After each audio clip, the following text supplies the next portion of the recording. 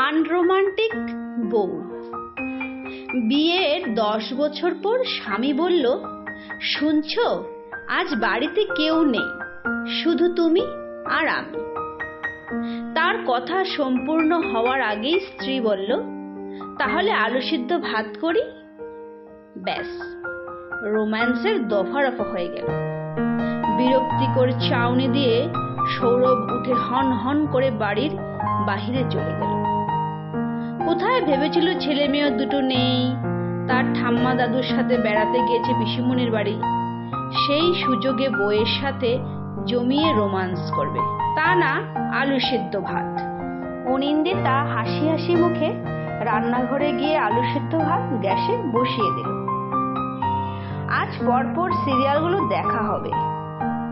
সে হাসি মুখে টিভি দেখতে চলে গেল। রাতে খাওয়া দাওয়া শেষে সৌরভ বলল, চলো না একটু ছাদে গিয়ে দোলনায় বসা হোক।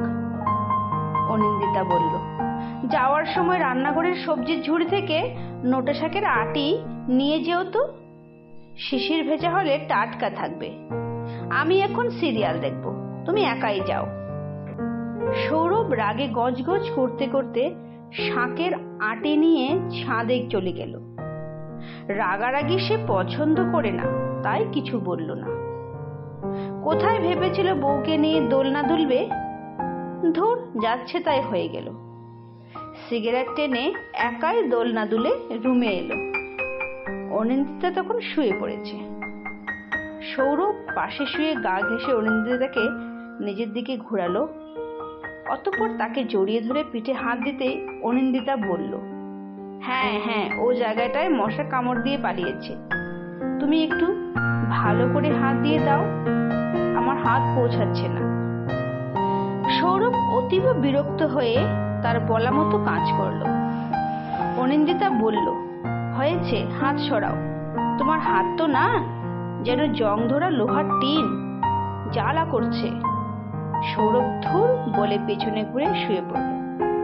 আবার কি মন হলো অনিন্দিতার দিকে ঘুরে বলল, এসো একটা চুমু দেই।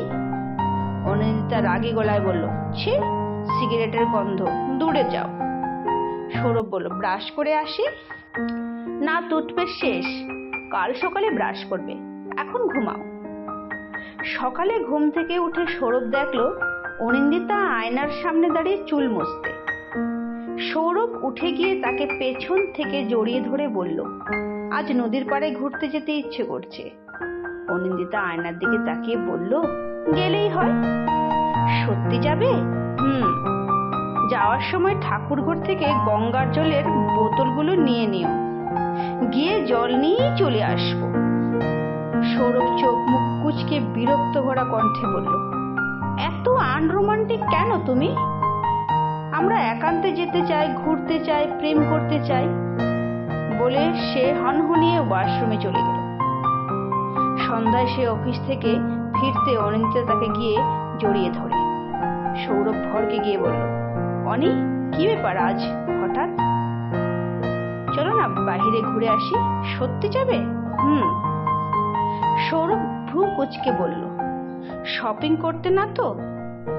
অনিন্দিতা হেসে বলল, তুমি কি করে বুঝলে?